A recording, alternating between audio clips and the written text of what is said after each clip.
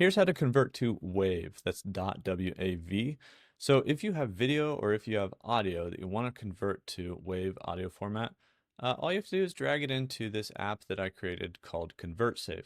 Check it out, link in the description, or go to convertsave.com. So we click and drag to bring in any type of audio or video file. So I've got an MP3, got an MP4, can drag them both in at the same time. And then we can select an output. We go down, we find WAV. It's going to be down here, right here. And then we hit convert. It converts and then saves. So my brother helped me develop this app, and I was sick of going to random websites to do this and have to upload and download. This does everything offline on Windows and Mac. And you can see here, it converted that MP3 to WAV. And if we go over to MP4, we're going to find that WAV right next to that file that we dragged in. So it converts and then saves them right next to wherever they came from.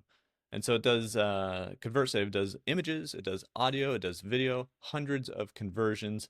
Check it out at convertsave.com or the link down below. I'll put a pinned comment down there too. I appreciate your support, you guys. This is how I convert all my files now.